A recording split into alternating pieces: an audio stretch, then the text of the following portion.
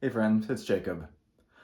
Something that a lot of people struggle with watercolor, including myself when I was first learning, is paintings that are washed out and faded looking. And that can be super frustrating.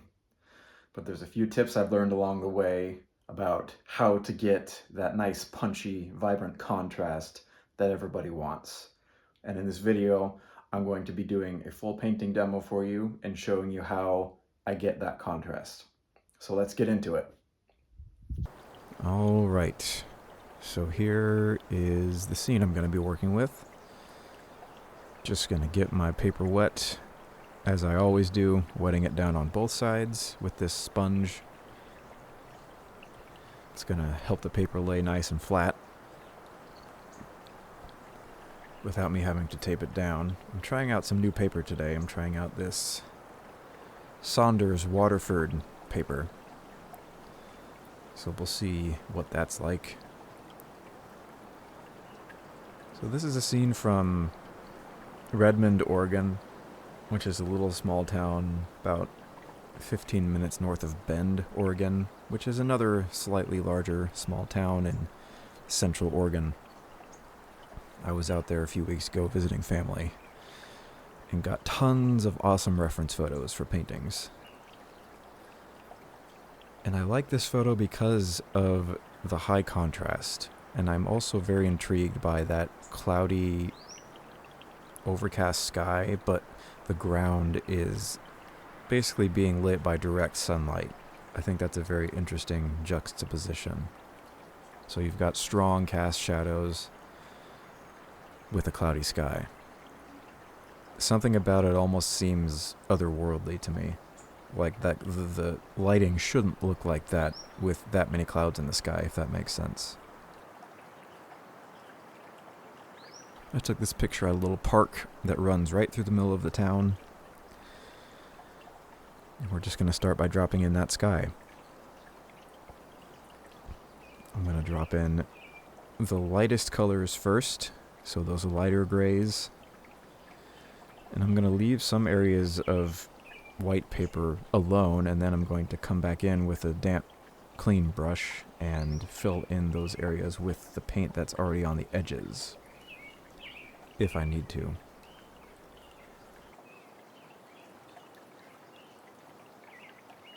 So there's a mix of cool gray and warm gray in the sky.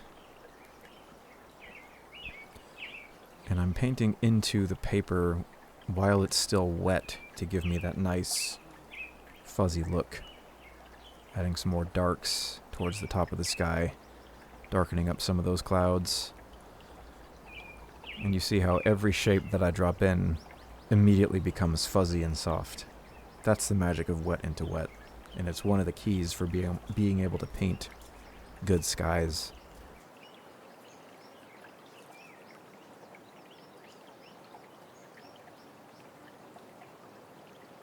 So here's an example of pushing the darks to get contrast.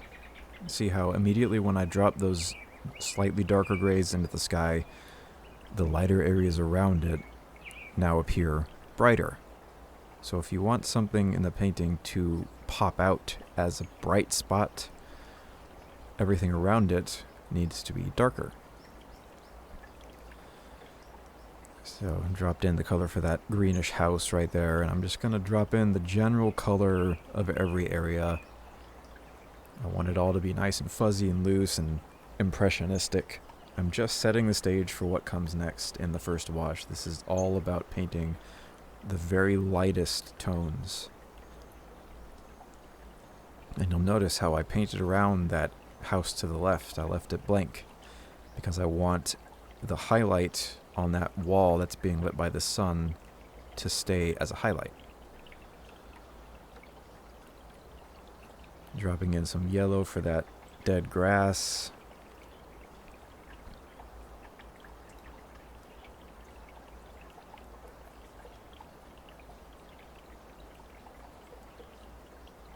Essentially what we're doing is toning the paper in this stage, because everything we paint over top of this in the middle value and dark value ranges, you'll be able to see through or what I'm painting now will shine through underneath the consecutive layers that I paint over this, because watercolor is transparent.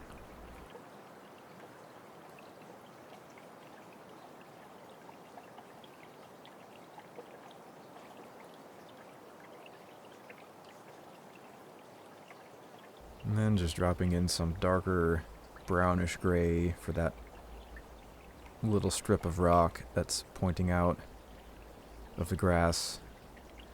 That nice dark basalt color.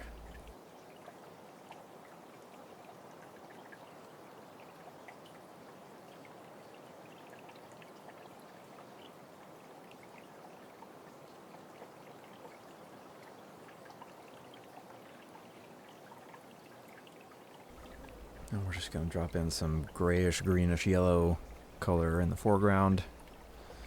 And we will be done with the first wash. Mixing in some brownish color here and there. For my browns, I always use burnt umber. Find it has a nice natural earthy look to it. Burnt umber is a super useful color, by the way. I also use that most of the time to mix my grays.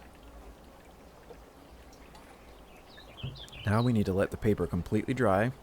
It's very important that you let the paper completely dry before you start the second wash, unless you want fuzzier shapes, which in this particular painting I do not. Most of the fuzzy shapes I want are in the sky.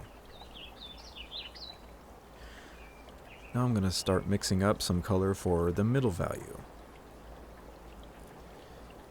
So here is another trick for getting higher contrast in your paintings, is using fresh paint, or at least paint that has been reactivated. If you're trying to use dry, old watercolor paint that's been sitting in your palette for the past year and a half, you're going to have a hard time getting the amount of paint on the brush that you need to get those rich darks. And that's really what the problem is. If your paint is dry, you physically can't get enough of it on the brush to then transfer to the paper. So it's a thin wash that you're laying down. And thin washes lead to low contrast. So that will immediately help you, is by using wet paint. Sometimes I will put a paper towel in the palette, because it does have a lid that comes with it. And that will help keep the paint fresh for longer, but it still eventually will dry out. So what I do is, before I start my painting, I just drop a little bit of water into each of the colors and let it sit for, I don't know, 10-15 minutes. And that will kind of help reactivate that paint and allow it to move around a little more easily. It's super important to get darker colors. So I painted in those trees on the left, just trying to get the basic shape in the most simple way that I can. I want to portray the idea of what those trees are. Capture the personality in as few brushstrokes as possible.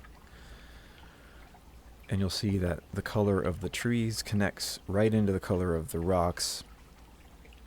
Moving over to the right, connecting into that tree that I'm painting right there. So everything in the middle value shape I want to connect. I want everything that is middle value to form one big shape across the entire scene.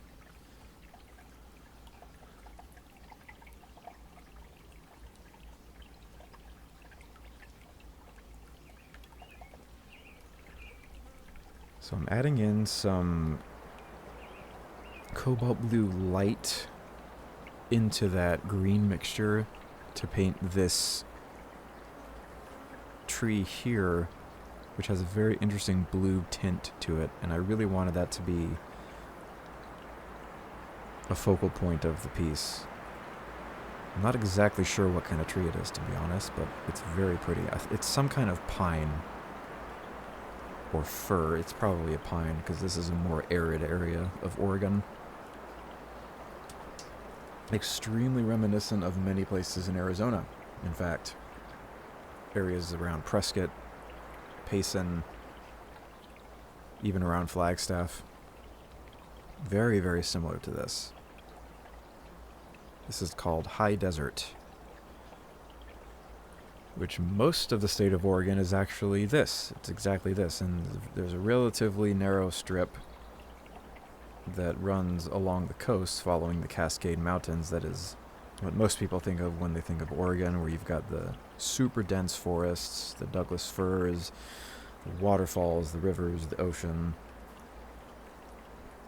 Oregon is a very, very diverse state in terms of its landscapes. It's a beautiful place. I love it.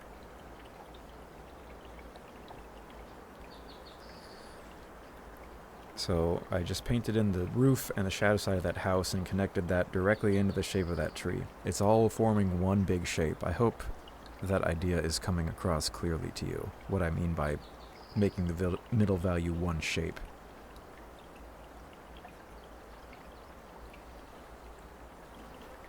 And in fact, this is another way to increase contrast in your painting, is by lumping every single thing that's middle value into one big shape, because that will contrast and it will stand out against the background of the first wash of the lighter colors.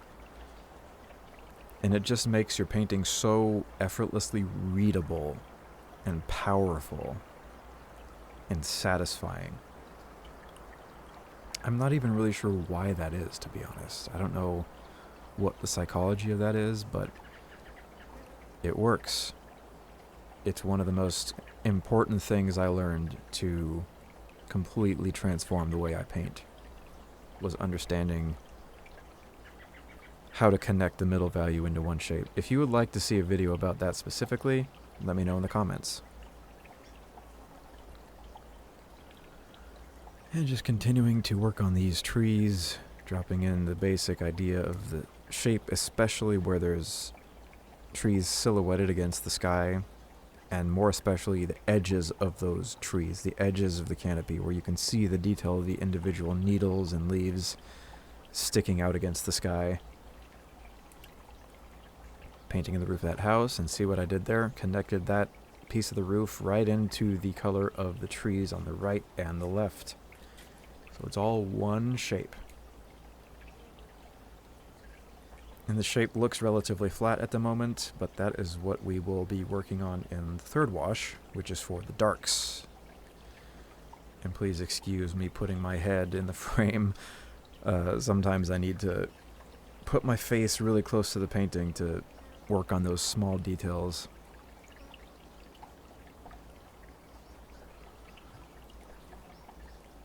Painting in the shadow of the eave of that roof. Just very minimalistic representations of what's going on. I'm always interested in how human structures interface and interact with the natural landscape. So something about the way these houses were set up on this hill just caught my eye immediately.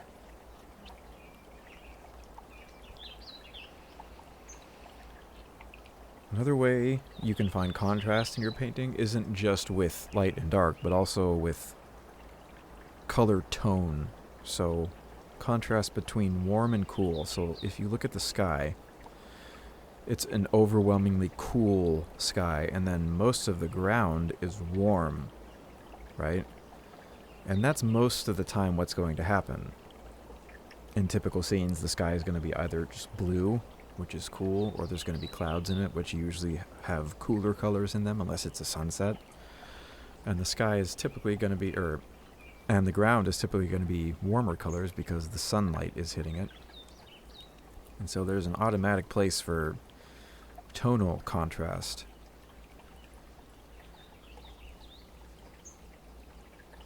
You've also got the contrast of soft shapes versus hard shapes. So again, the sky is nothing but soft, fuzzy shapes, and then you've got that really sharp juxtaposition of those hard-edged trees and the straight lines of the roof against that soft sky.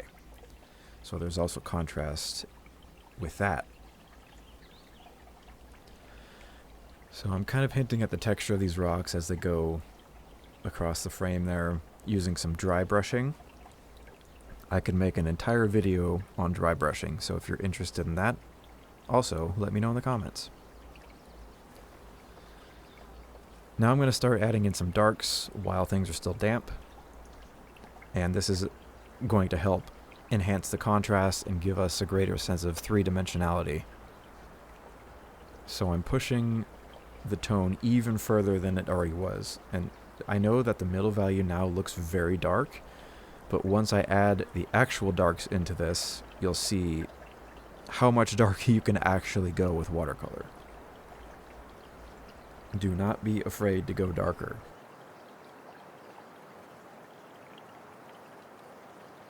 I'm just dropping in some shadow areas into these trees while things are still wet so that the shadows are nice and fuzzy. I found that helps trees look more convincing. And I'm also going to do the same thing for that rock outcrop. I do like dropping in the darks while rocks are still damp as well.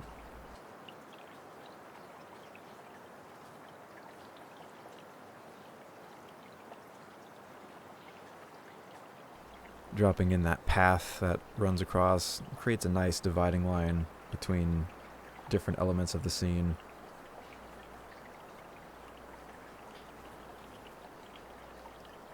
It gives a good sense of direction and motion.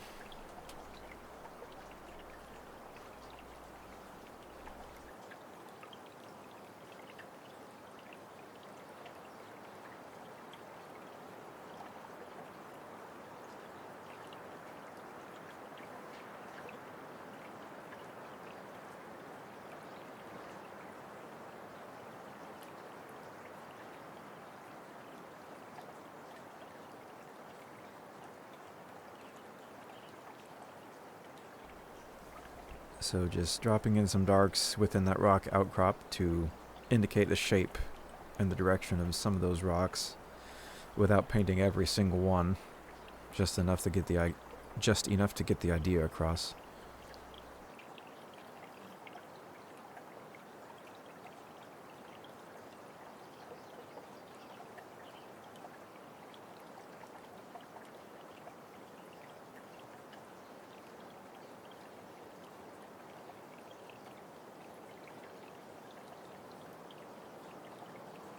And you see how as soon as I drop a little bit of dark in there, it immediately looks more three-dimensional and just pops right off the paper.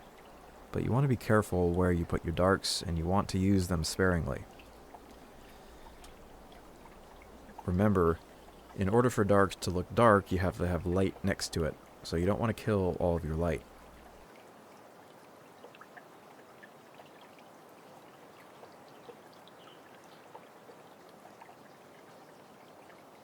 And almost all of the darks I'm dropping into that middle value shape.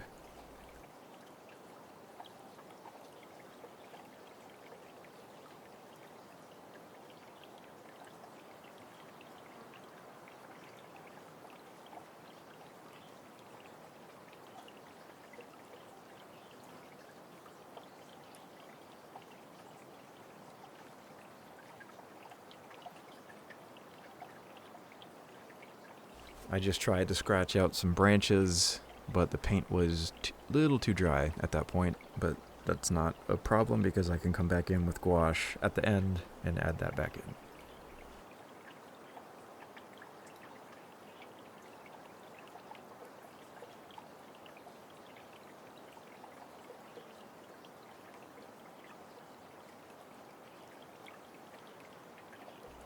Just giving the trees a little bit of texture. I'm going to do a little glaze over that wooden fence with some burnt sienna mixed into that grayish color. I wanted that color to pop out a little more. And that is a very, very unique thing about watercolors. You can glaze over things you've already painted as long as the paint underneath is 100% dry. You have to be very careful with that. If it's not, if it's even a little bit damp, you're going to pick up that paint from the paper, and it's going to be just a muddy disaster. So I'm doing some dry brushing along that foreground, just adding in a few darker patches here and there. Adding in some texture.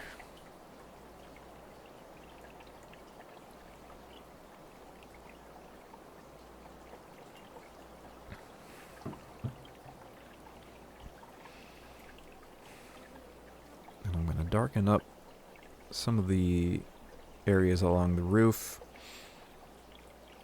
especially along the edges of the roof. This is an even darker mixture now, so I'm going yet another level darker.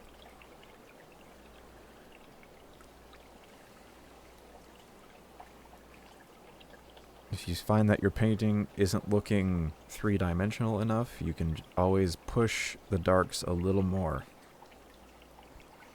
And you'll see that in this tree, I'm going to paint in some extra darks just to heighten the texture.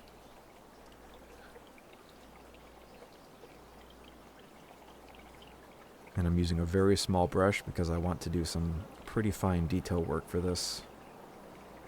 That's also going to help me not get too carried away with the darks by using a smaller brush. It's harder to paint in big areas. You have to be a lot more intentional with where you're putting your brush.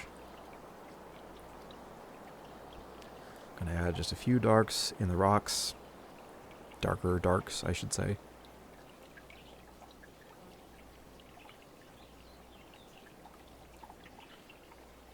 By the way, extremely happy with this Saunders Waterford paper. I mean, it is what all the pros use, so I'm not surprised. But it just is so responsive. It makes painting so easy. It holds so much water. Highly recommend. They do sell it in full sheets, which is what I bought, and then it's kind of funny. I ended up just ripping the paper down to size, which is why the edges look so jagged, but I think that's kind of cool. I like that look.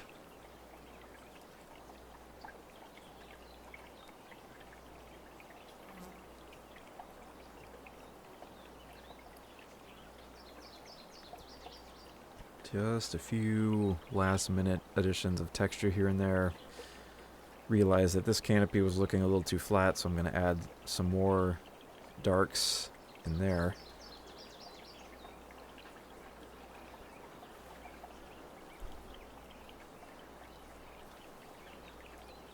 Some birds in the sky. And in the sky, if you look closely, you can actually see a weird shape there, because this piece of paper was originally going to be a painting of a bridge. I had the sketch of the bridge in there, but I wasn't very happy with it, so I scrapped it and decided to do this painting instead. But you can still see a ghost bridge in the sky, right in the light part of the sky. You can see it. And see the white part, the highlight on that house that I left? Now you can see how everything around it got so much darker. That highlight on the house just pops right out now.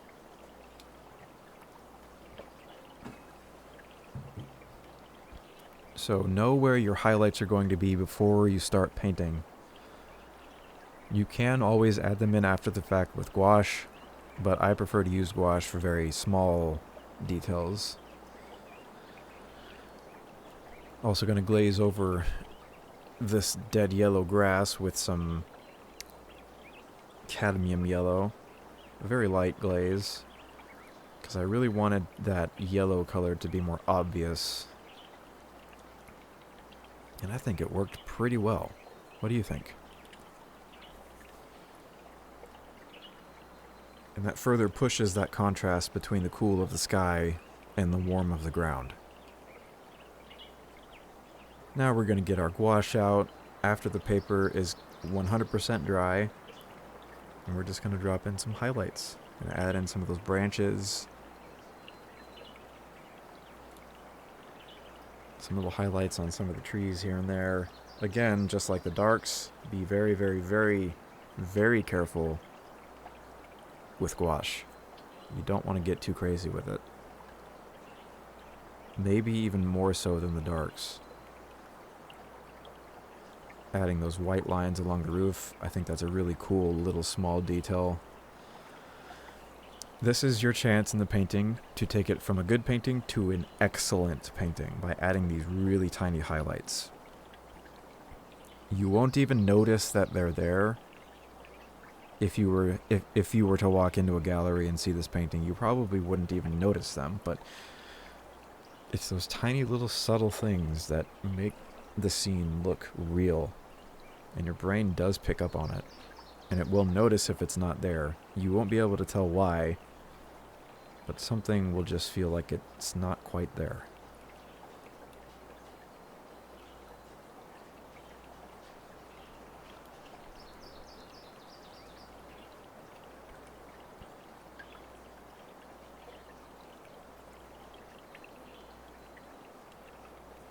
So, gonna drop the signature on there, and we're gonna call this a finished painting.